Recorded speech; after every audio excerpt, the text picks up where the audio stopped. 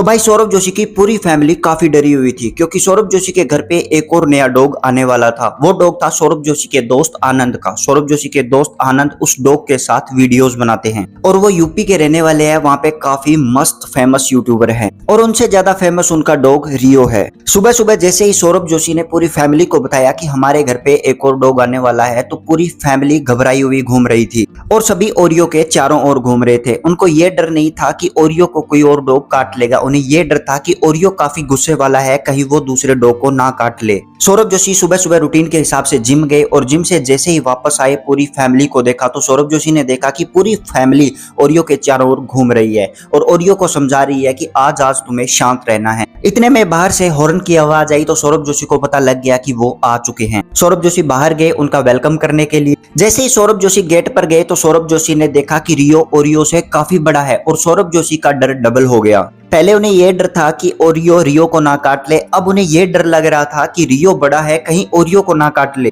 तो भाई सौरभ जोशी को आनंद भैया ने बताया कि ये डॉग काफी शांत डॉग है और ये किसी को भी नहीं काटता है और ये जहां भी जाता है काफी फ्रेंडली रहता है। सौरभ जोशी ने उस डॉग को पकड़ा और अंदर ले आए, पूरी फैमिली के साथ उसे मिलाया। सौरभ जोशी रियो के फ्रेंड बन चुके थे, लेकिन पूरी फैमिली अभी भी डरी हुई थी क्योंकि उन्हें ऐसा लग रहा था कि जैसे ही ओरियो को इसके सामने लाएंगे तो ये काफी गुस्सा होगा। थोड़ी देर बाद सौरभ जोशी ने ओरियो को पट्टा पहनाया और धीरे धीरे रियो के सामने लाए। जैसे ही रियो के सामने लाए तो ओरियो जोर जोर से भौंकने लगा। रियो काफी मस्त था, काफी खुश था और अपनी पूंछ हिला रहा था, लेकिन सौरभ जोशी का ओरियो काफी गुस्से में जोर जोर से उसे भौंक रहा था। तो सौरभ जोशी ने मन ही मन में सोचा कि आज तो बेटा तू पिटेगा मेरे से। उसके बाद सौरभ जोशी ने ओरियो को शांत किया और धीरे धीरे रियो के पास लेकर आए। रियो काफी खुशी से पूंछ हिला रहा था, लेकिन ओरियो उसी गुस्से के अंदर जैसे ही पास आता तो गुस्से के अंदर उसके भौंकने की कोशिश करता और उसे काटने के लिए आगे होता, लेकिन सौरभ जोशी पट्टे को पीछे खींच लेते। आनंद भैया सौरभ जोशी के घर पे अपनी सुपर कार लेकर आए थे जो कि रेड कलर की थी और उसकी ब्लैक कलर की छत थी,